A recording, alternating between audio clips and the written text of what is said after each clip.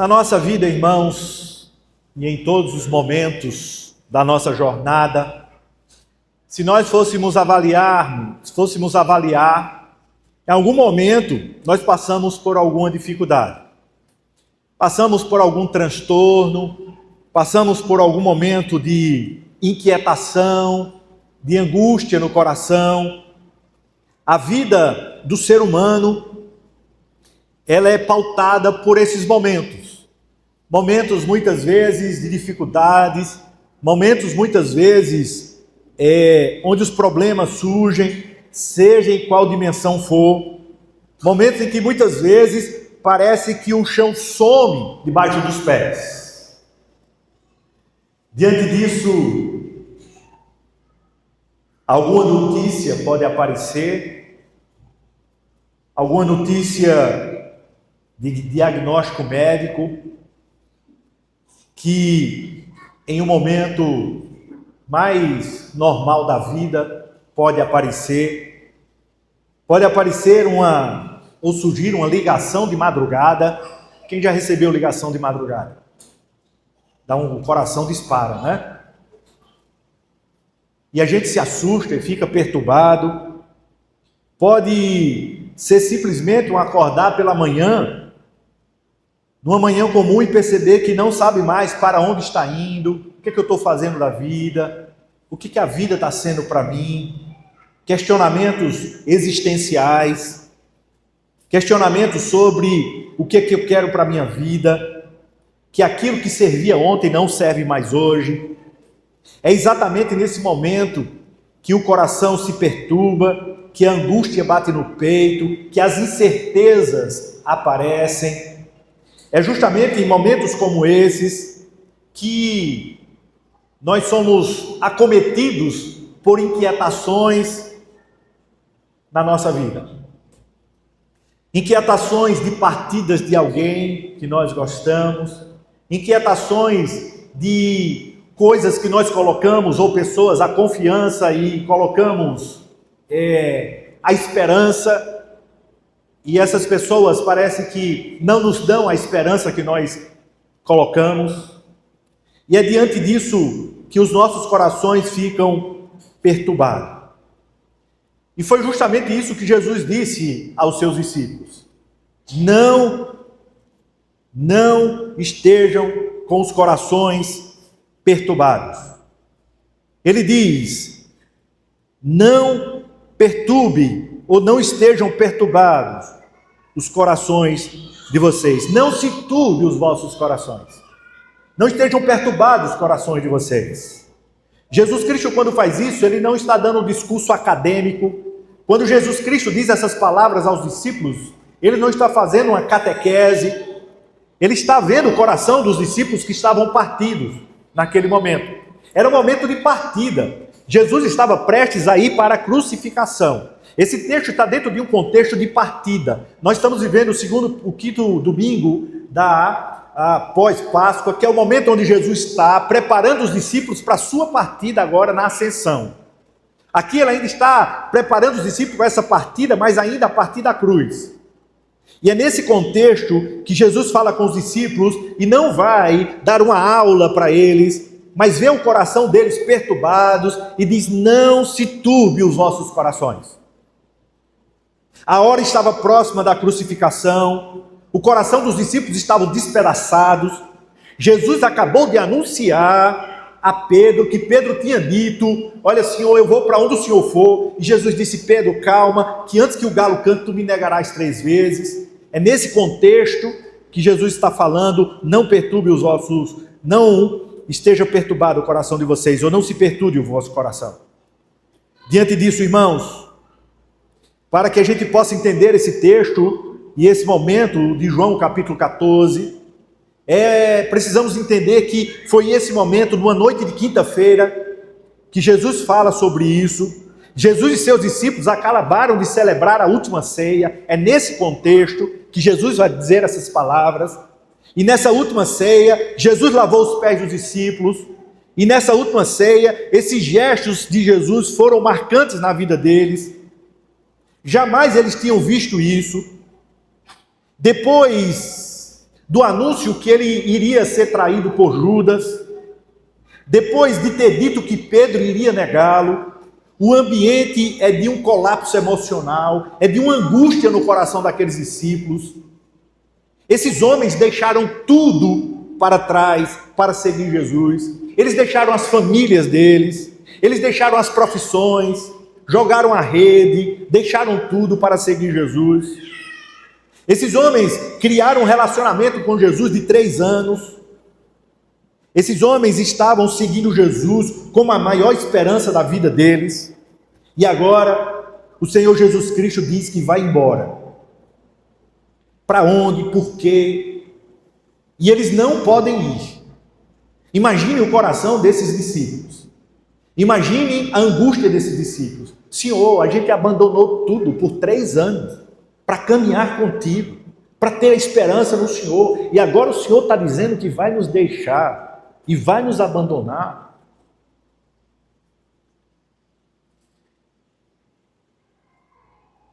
Simão Pedro perguntou: Senhor, para onde vais? Jesus respondeu: para onde eu vou, não podes seguir agora, mas depois me seguirás. Pedro disse: por que não posso te seguir agora, Senhor? Eu darei a minha vida por ti. Eu darei a minha vida por ti. Darás a tua vida por mim, Pedro?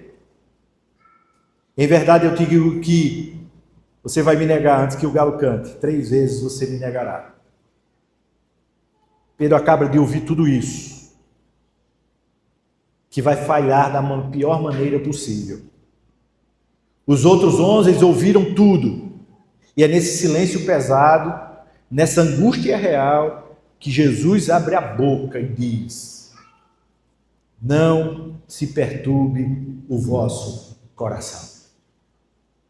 É nesse contexto angustiante dos discípulos que Jesus diz: não se perturbe o vosso coração. Isso é crucial, isso é algo majestoso, o que aqueles discípulos estão ouvindo. E a pergunta que surge é: como, Senhor, a gente não vai se perturbar o coração? Para onde a gente vai agora? Como a gente vai ficar? O Senhor vai nos abandonar e disse que para onde vai a gente não pode nem ir. Como vai ficar o nosso coração? É nesse sofrimento que Jesus diz: não se perturbem. Continue trilhando a jornada de vocês, não se perturbem. Mas eu fico pensando como aqueles discípulos não iriam se perturbar diante daquilo. Jesus está falando para homens com corações quebrados, na véspera da maior crise de suas vidas. E foi nesse contexto que foi escrito João 14. É num contexto de crise, é num contexto de partida, é num contexto de angústia, é num contexto de dor, é num contexto de revelações. Você vai me negar, Pedro? É num contexto de traição, é num contexto onde Jesus diz: eu tenho que passar pela crucificação. É nesse contexto que Jesus diz: não se turbe o vosso coração. Não se turbe o vosso coração. Credes em Deus, credes também em mim. A primeira palavra do texto é um imperativo que o Senhor Jesus vai dizer. Ele diz: não se turbe, não se perturbe o coração de vocês. Ou seja, que o coração de vocês não se agitem, que não sejam sacudidos, que não sejam perturbados por essa minha partida. E aqui, quando ele usa essa palavra, que ele diz: não se perturbe o coração de vocês, é a mesma palavra usada quando, lá em João, no capítulo 7, diz que o anjo desce lá no tanque de Betesda e agita a água para quem descer primeiro ser curado. Essa palavra agitar a água do anjo, essa mesma palavra que Jesus está dizendo, o que Jesus está dizendo é: não deixe o coração de vocês ficarem agitados, não deixe o coração de vocês ficarem mexidos, não deixe o coração de vocês ficarem nessa movimentação, nessa inquietação. Jesus está dizendo: o meu partir que não seja essa pedra no coração de vocês. Essa pedra que às vezes se joga no rio e vai se espalhando a água. Que o meu partir não possa fazer isso, que a minha saída, a minha ida, não possa fazer isso no coração de vocês. Mas o Senhor Jesus Cristo ensina algo fundamental. Ele não diz, não sintam, porque era impossível eles não sentirem. Nunca diga para alguém, não sinta tristeza com a frustração de alguma coisa, com a partida de alguém. É impossível não sentir. Jesus não disse para eles, não sintam. Jesus não diz para ele, sejam fortes. Por que vocês estão assim, desse jeito? Sejam fortes. Vocês precisam estar fortes diante disso. Jesus não diz isso para ele. Jesus não diz, controle suas emoções. Sejam controlados nas suas emoções. Seria mais ou menos quando o pai diz à criança, quando ela chora, engula o choro. Engula o choro agora. Teve um videozinho que eu vi esses dias que eu achei interessante. A mãe estava com a criança e a criança estava pedindo negócio e começa a chorar. E começa a chorar.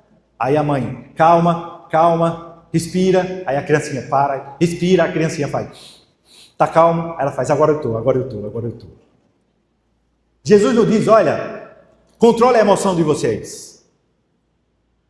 Ele diz, não se turbe o coração de vocês. Como quem está dizendo, vocês têm uma âncora que precisam se apegar a elas.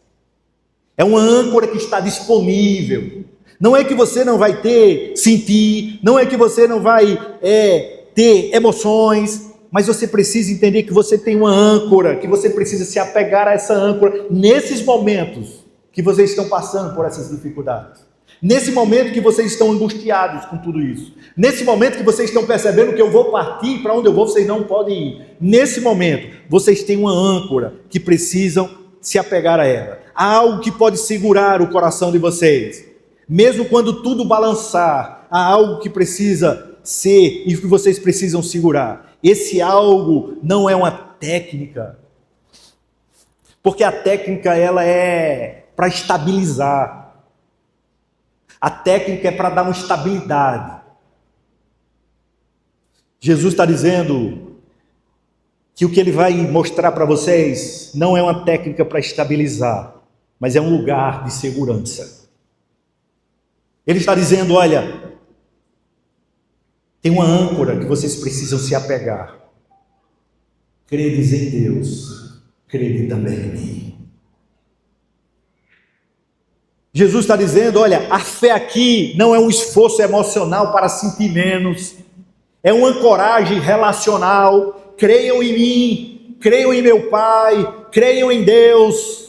Confiar em alguém que é algo que é maior do que as circunstâncias. É você se apegar a Deus, é você se apegar a Cristo, é confiar nele.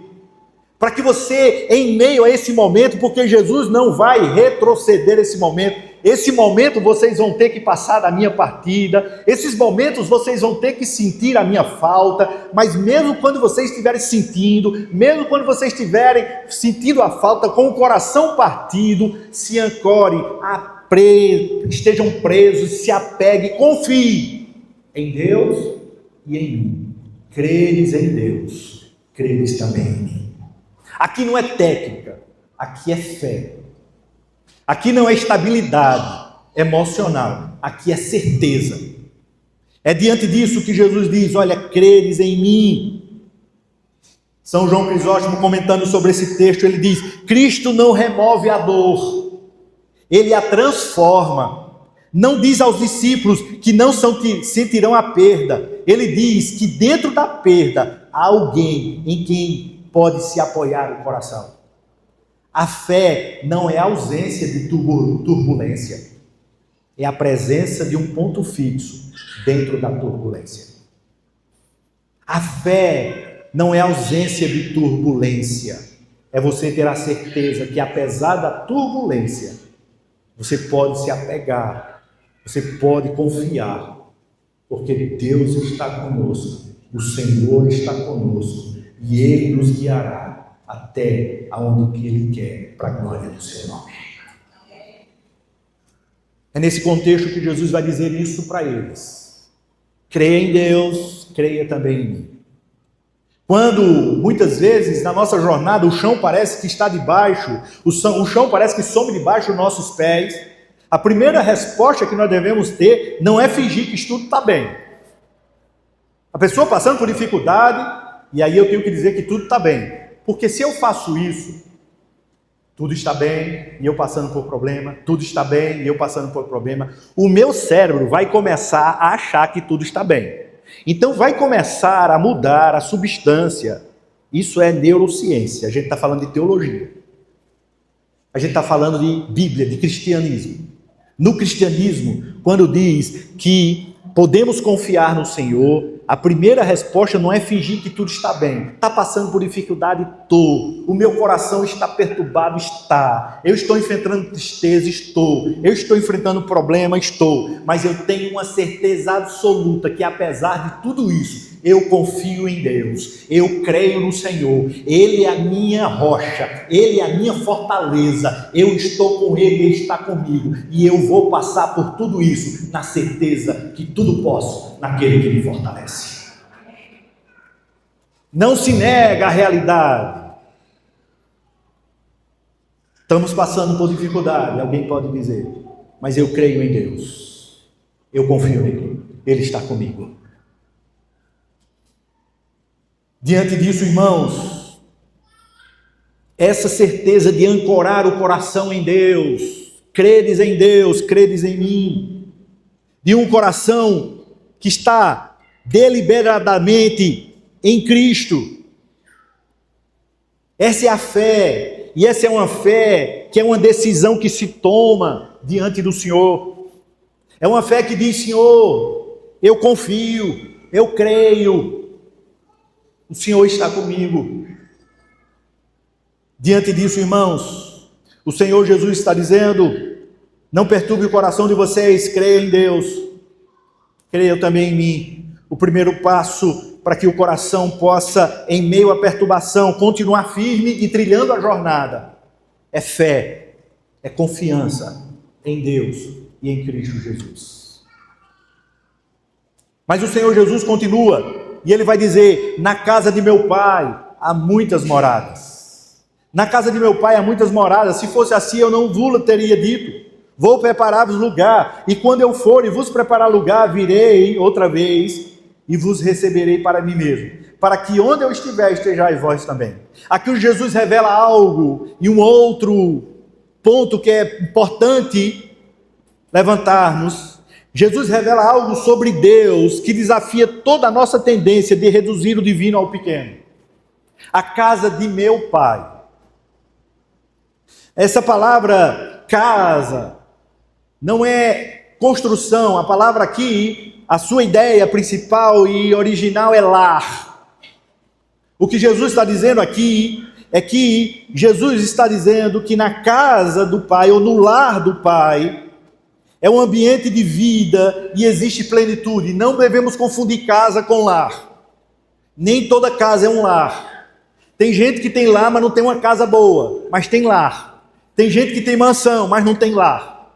Porque lar tem a ver com a condição, lar tem a ver com o ambiente, lar tem a ver com os relacionamentos, lar tem a ver com as relações na família. É isso que traz e traduz a palavra lar. E Jesus está dizendo que é lar. Ele diz: olha, é um lar, no lar do meu Pai há muitas moradas. Aqui Jesus revela algo muito maior sobre Deus. E quando ele diz: olha, há muitas moradas, significa que nessa casa, essas moradas, é um lugar de habitação. Morada aqui é um lugar de habitação, não é um lugar apenas de estar. O que Jesus está dizendo é que lar, nesse lar, não é um lugar de passagem, não é um lugar de hospedagem, não é um Airbnb. É Airbnb? Não é hotel, não é pousada, Ele está dizendo que esse lugar é um lugar de habitação. Sabe qual é o grande problema nosso na nossa jornada muitas vezes? É que nós vivemos nesse mundo como se fosse o nosso lar e a nossa habitação. Nós precisamos entender que devemos viver nesse mundo como se fosse uma hospedaria. Que um dia vamos partir e iremos para casa. Iremos voltar para a nossa casa, para o nosso lar e habitar eternamente com o nosso Pai Celestial. Não se constrói casa em ponte. Ponte é lugar de passagem. Estamos aqui nesse mundo como uma passagem, porque o lar celestial é eterno. O grande problema é que a gente se apega tanto à ponte, tanto a esse momento de passagem, nos esquecemos que um dia iremos estar no lar celestial. E o que fazemos no lar celestial? Nós preparamos toda a nossa vida nesse contexto desse mundo e esquecemos que o contexto desse mundo vai ficar. O contexto verdadeiro é a eternidade. Então devemos trabalhar e vamos entender quando Jesus diz buscar em primeiro lugar o reino de Deus, e vamos entender quando Jesus diz trabalhar pelas coisas que permanecem, não pelas coisas que perecem. É nesse contexto, porque nós invertemos as coisas. Jesus está dizendo, eu vou preparar lugar para vocês, para um lar para vocês, e esse lar agora será permanente, porque onde vocês estão aqui é apenas passagem, é provisório. Então, irmãos, a jornada cristã, a caminhada cristã, é uma caminhada de conscientização sobre isso. Jesus Cristo fala o tempo todo na sua palavra para os seus discípulos, mostrando essa realidade de que viver o reino de Deus aqui é viver nessa perspectiva, com esses valores e com esse propósito. A gente começa a ficar perturbado e angustiado, porque a gente começa a construir as coisas aqui, montar as coisas, como se fosse viver eternamente aqui. Nós precisamos aprender a usufruirmos das coisas aqui que Deus nos dá, mas jamais nos apegarmos a ela, porque ela fica e nós vamos para a vida eterna. Usufrua do que Deus tem lhe dado, dos frutos do seu trabalho, mas não coloque o seu coração nisso, porque se você colocar, você ficará frustrado e vai deixar de gastar a sua energia para as coisas que permanecem, porque gasta a sua energia para as coisas que perecem. Essa é a vida cristã, e esse é o contexto que a gente tem que estar trabalhando na nossa mente sempre. Por isso que Jesus está dizendo, olha, será um lugar de habitação. Essa palavra habitação é a mesma palavra que ele usa, lá o próprio João usa, lá em João capítulo 15, versículo 4, quando ele diz, permanecei em mim. Jesus diz, permanecer em mim, permanecer em mim. É lugar de habitação, habitem em mim. E Jesus está dizendo que é permanecer, habitar no lar celestial. As moradas da casa do Pai são lugares de permanência, não de passagem. São lugares onde nós vamos viver eternamente. Isso nos revela que o Pai tem um espaço para nós, para mim e para você. Jesus está dizendo que Ele vai para lá e vai preparar um lugar, um lar, na casa do Pai. O Pai está dizendo assim, eu quero todo mundo comigo. Eu quero todo mundo junto comigo.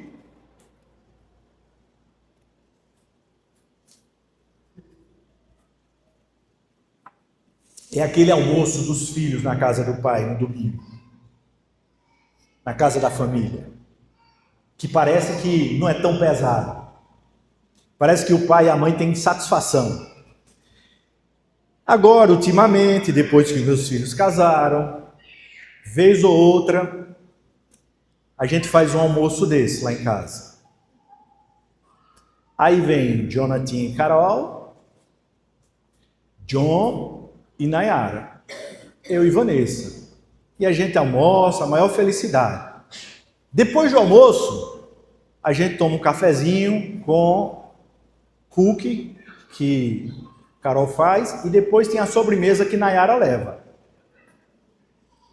E a gente, depois que termina, tudo alegria, festa, eles vão para casa.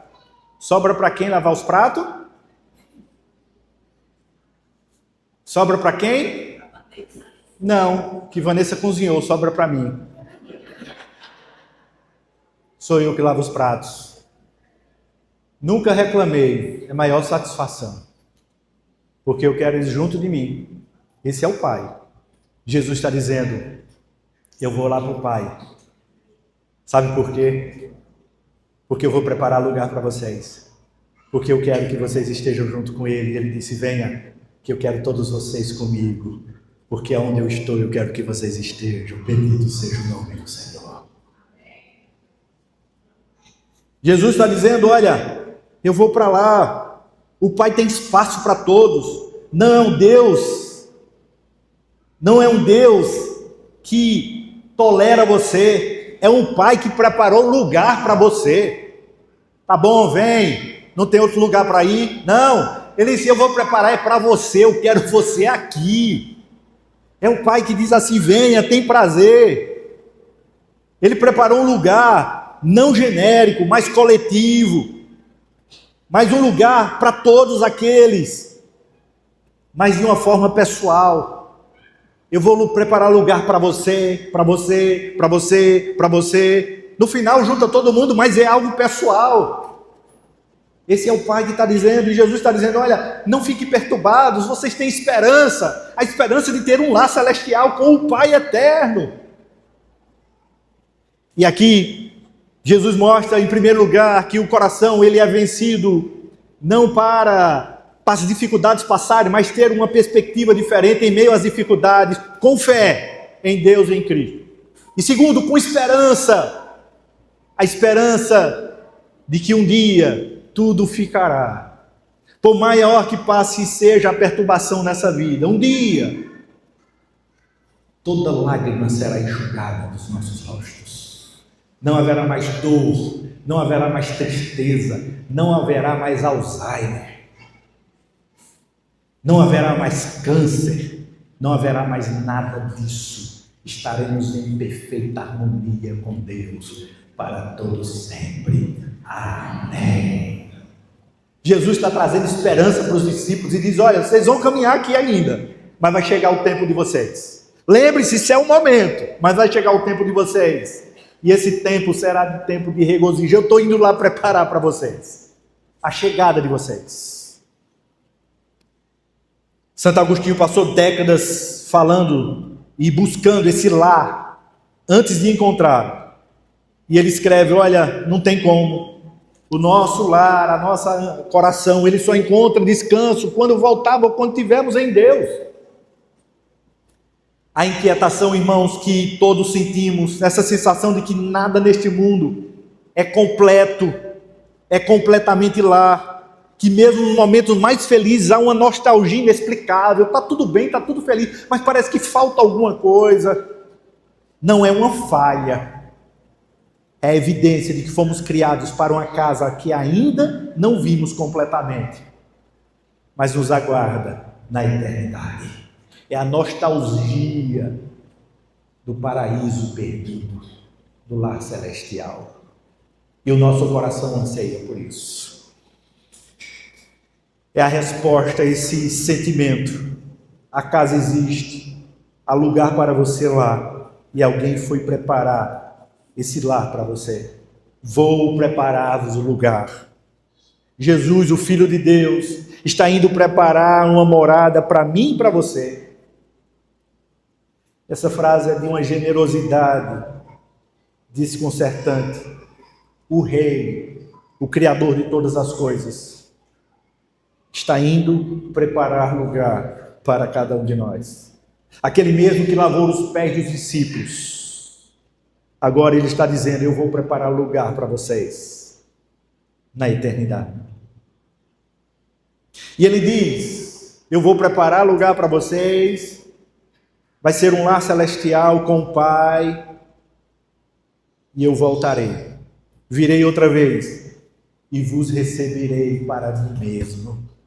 Aqui está uma promessa da sua segunda vinda, expressa não em termos de julgamento, não em termos de peso, não em termos de acusação, mas está dizendo: eu vou preparar lugar e os receberei, virei outra vez e os receberei para mim mesmo.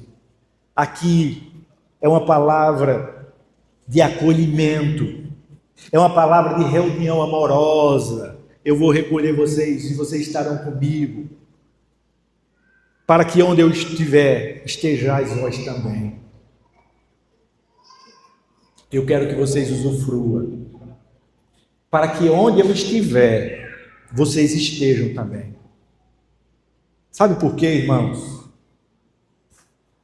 Porque o objetivo final da vida do cristão e da escatologia cristã não é o céu como lugar geográfico.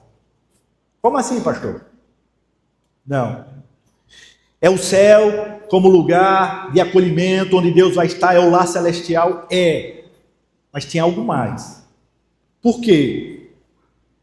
Porque Jesus disse: para que onde eu estiver, estejais vós também. O céu é céu, porque temos comunhão com Cristo lá, e é onde Ele vai estar.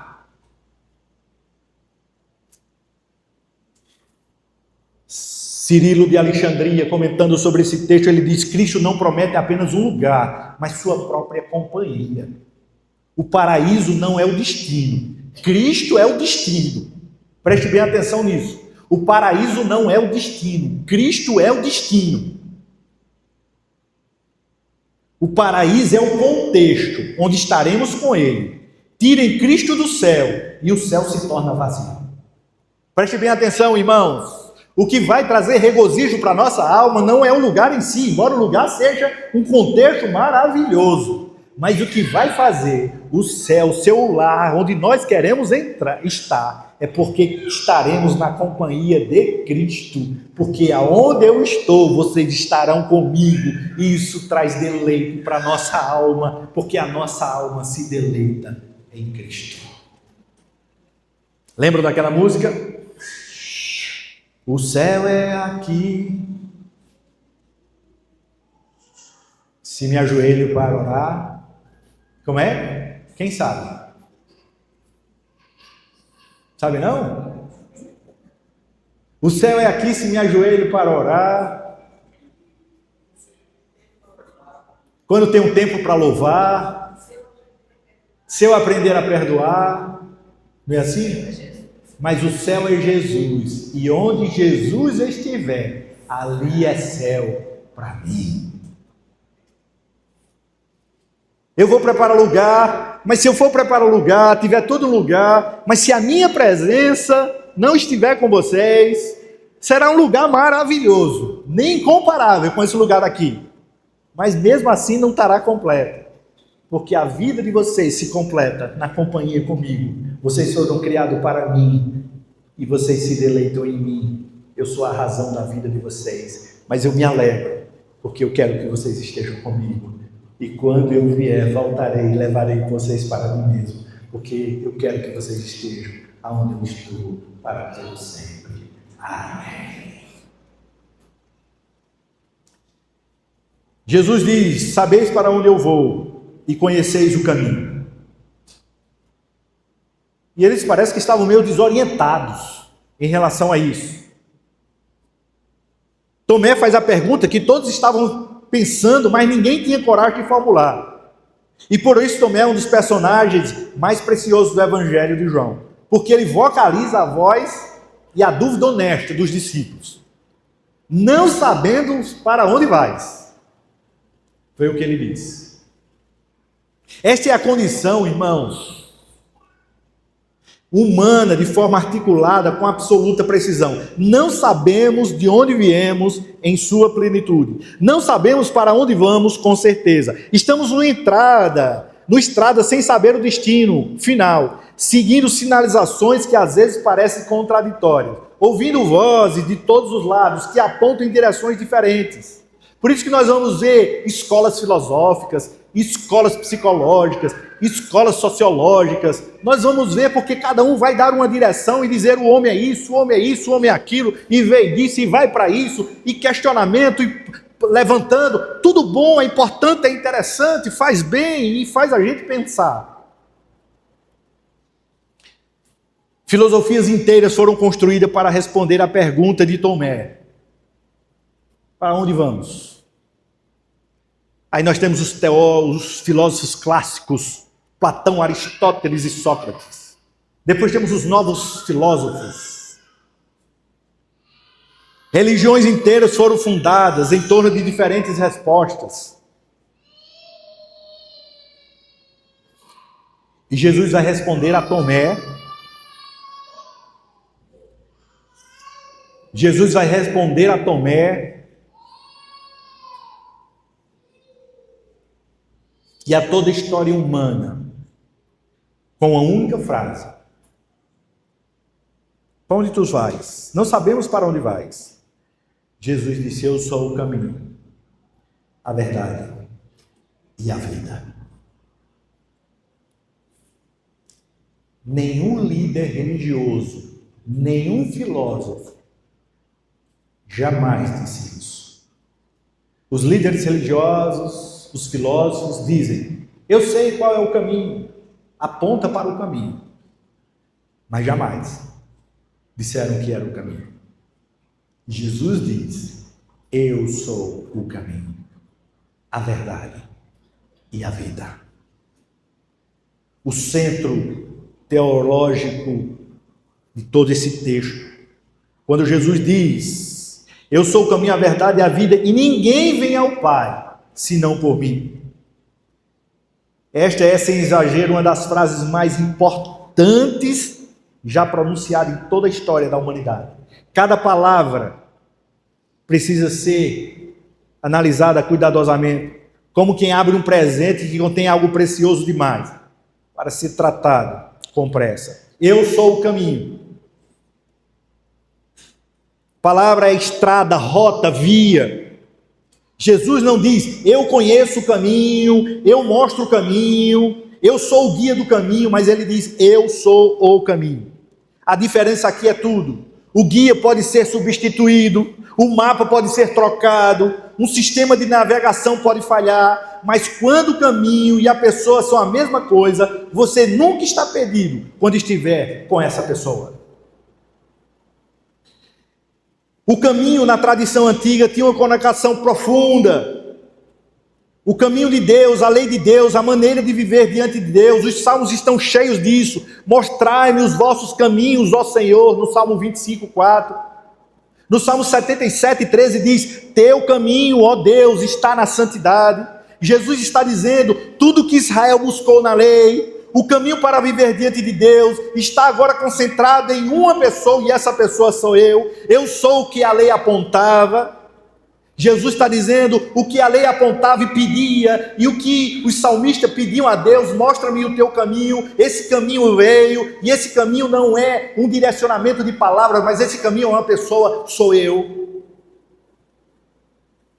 O caminho não é uma lista de regras a cumprir. As listas de regras a cumprir é para nos orientar e reordenar a nossa jornada, como devemos viver. Mas o caminho é uma pessoa a ser seguida. Preste bem atenção nisso. A ética cristã não é primeiramente um conjunto de deveres, é uma relação e imitação de Cristo. São Paulo já vai dizer mais tarde, em 1 Coríntios 11, 1, sede meus imitadores, assim como eu sou de Cristo. A pergunta básica na nossa jornada, Cristo como esse caminho, não é apenas o que é certo, mas é o que Cristo faria, o que Cristo fez, como Cristo amou, como Ele acolheu, como Ele perdoou, como Ele foi misericordioso, porque Ele é o caminho a ser seguido. Orígenes de Alexandria, um pai da igreja, comentando sobre esse texto, ele diz: aquele que caminha por Cristo, o caminho, não anda nas trevas, mas tem a luz da vida. E caminhar por Cristo é não apenas imitar seus atos externos, mas deixar que sua vida interior se torne a nossa vida interior, seus pensamentos, nossos pensamentos, seu amor, nosso amor.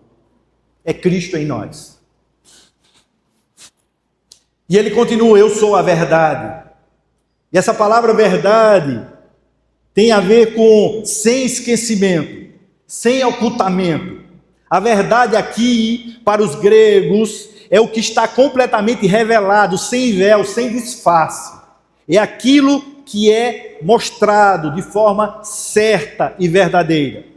Mas Jesus não está fazendo uma afirmação filosófica abstrata aqui.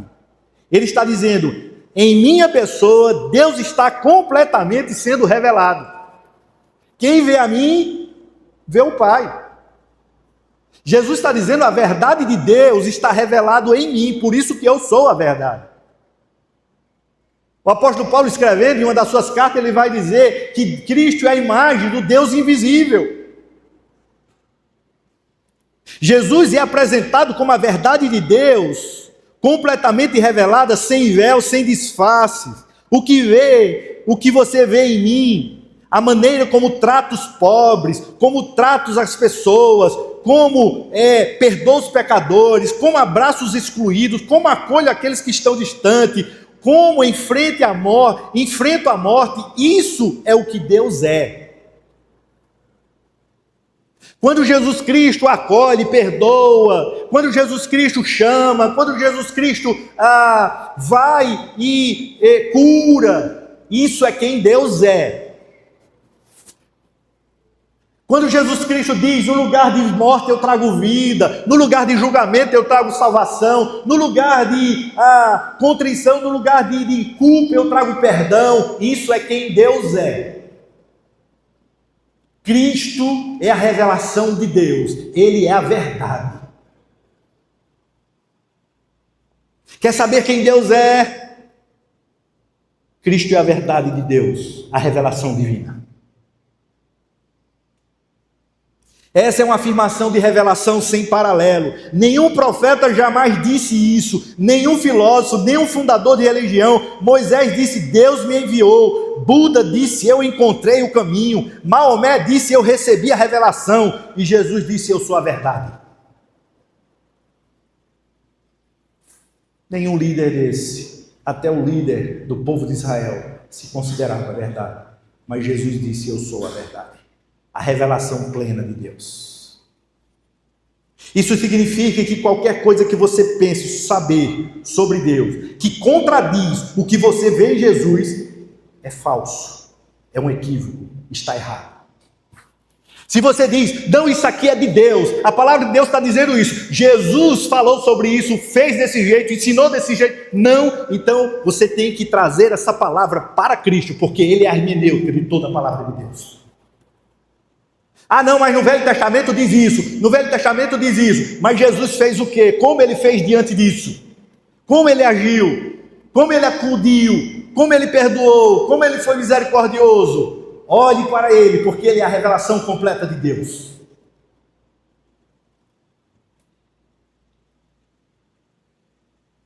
Se por acaso tiver alguma coisa na Bíblia que contradiz o que Cristo fez, essa palavra você está entendendo equivocadamente. Cristo é a verdadeira entendimento de toda a palavra de Deus.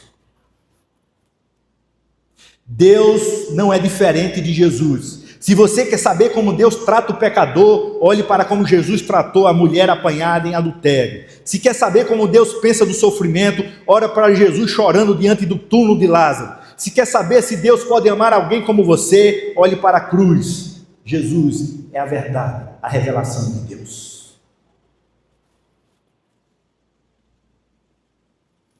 Há um pai da igreja chamado Hilário, que ele disse: Cristo é a verdade não porque proclama verdades, mas porque é a própria realidade de Deus, tornada visível.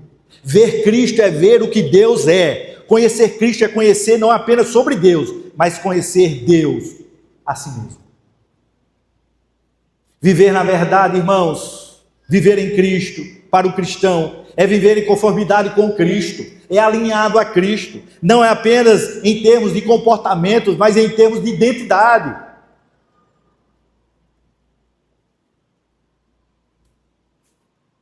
E a verdade de tem amor, mesmo quando dói, é sempre um ato de fidelidade a Cristo, porque Cristo é a verdade.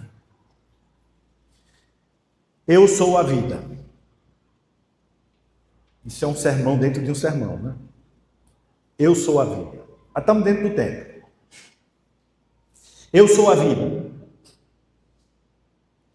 Eu já expliquei aqui em outros momentos para os irmãos que a palavra vida ela tem duas perspectivas: bios e zoe. Bios é vida biológica, zoe é vida espiritual. Quando Jesus diz eu sou a vida, ele está dizendo que é a vida no sentido pleno, essa zoe, a vida divina, a vida que pertence intrinsecamente a Deus.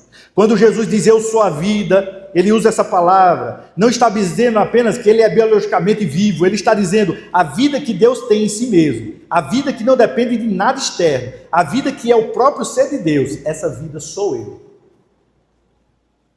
Isso ecoa de uma forma onde o próprio João vai dizer isso. Nele estava a vida, e a vida ressoa, e a vida era a luz do mundo, ou a luz dos homens. Ressoa também quando ele disse, vim para que tenham vida, e a tenham em abundância. Mas aqui há algo mais profundo, irmãos. Jesus não apenas tem a vida, ele é a vida. Isso significa que receber a vida eterna não é receber um produto que Jesus distribui. Não é receber algo que Jesus está distribuindo. Não é um produto que Jesus vai estar dando. É receber o próprio Jesus. A vida eterna é conhecer a Cristo, já disse João 17,3. Não é uma recompensa dada por Cristo, é a comunhão com Cristo. A vida está em Cristo e nós devemos buscar comunhão com Cristo. Por isso que quando nós recebemos a palavra de Cristo, nós recebemos vida. Por isso que nós, quando recebemos a ceia, nós recebemos vida. Por isso que ele disse, quem come a minha carne e bebe o meu sangue permanece em mim e eu nele.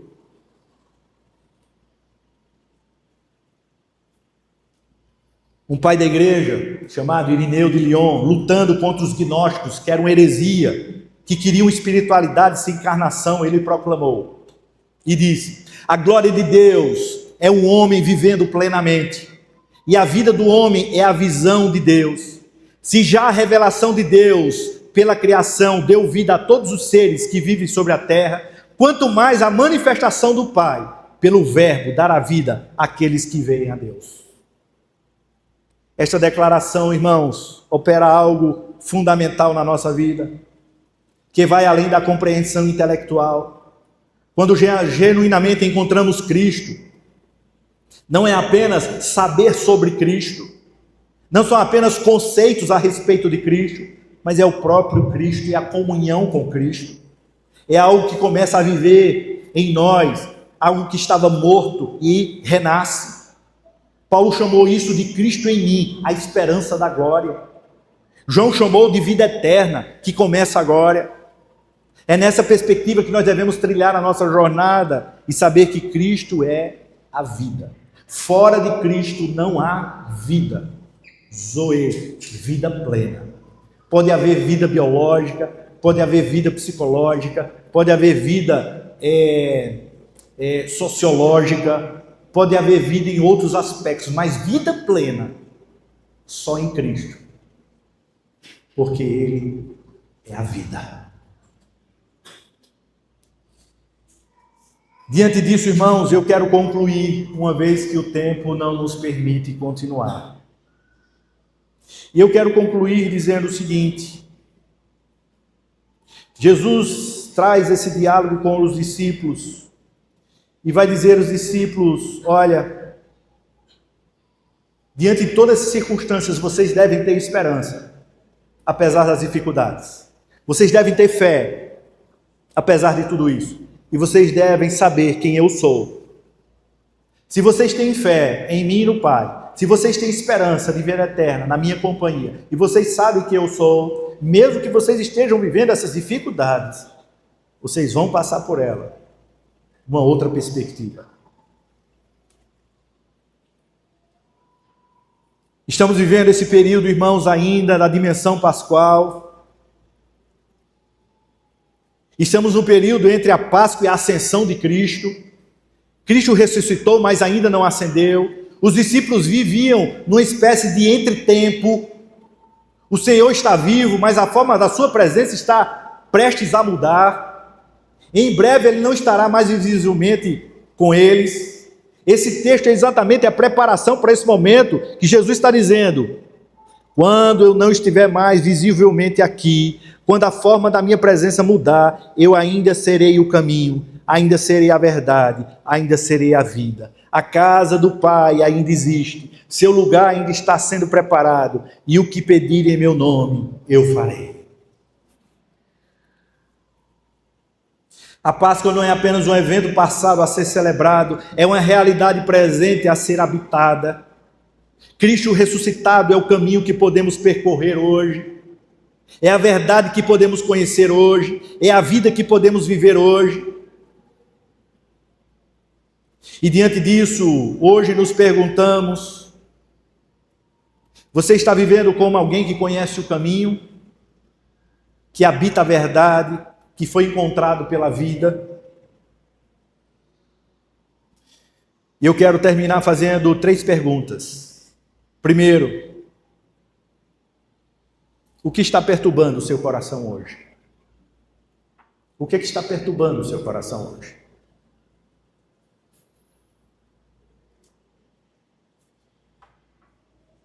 Você está trazendo isso para Cristo, confiando nele? Ou tentando resolver sozinho, escondendo ou escondido da única âncora que pode lhe segurar? Confie no Senhor. Confie no Senhor. Confie no Senhor. A segunda pergunta: qual caminho você está seguindo de fato? Não é o que você diz seguir, é o que você realmente segue. Onde vão sua atenção, seu tempo, seu dinheiro, sua adoração? Porque aí está o seu caminho real. Aonde está o meu tesouro? É lá que está o meu coração.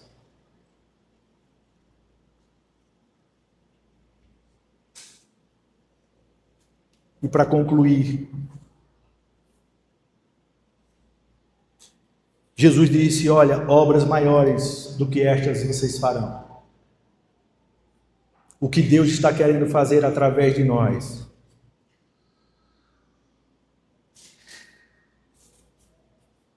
ainda precisa ser feito, se não foi feito. Vocês vão fazer. Mas para que faça, não é que vocês precisam sair do momento de perturbação. Não é que vocês precisam sair de momentos difíceis.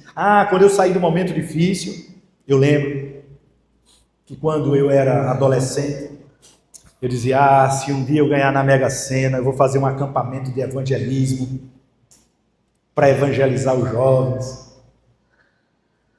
Na verdade, eu queria era ganhar na Mega Sena como adolescente.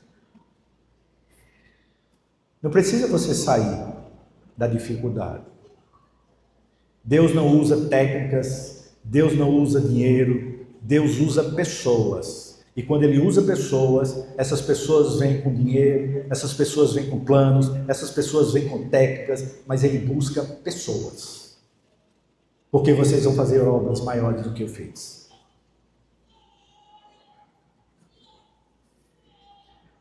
Sabe por quê? Porque as nossas limitações estão em nós mesmos. Mas Deus nos capacita para que a gente possa fazer obras que nem a gente pensava que faria. As nossas limitações, elas estão na nossa credulidade, mas não estão em Deus. Deus disse: vocês vão fazer obras maiores. Confie, descanse e diga: Senhor, eis-me aqui. Me usa para o louvor da tua glória. Diante disso, irmãos, vamos trilhar a nossa jornada, confiando, com esperança, com certeza, buscando viver em Cristo e servir a Cristo para a glória de Deus. Amém. Que Deus nos abençoe.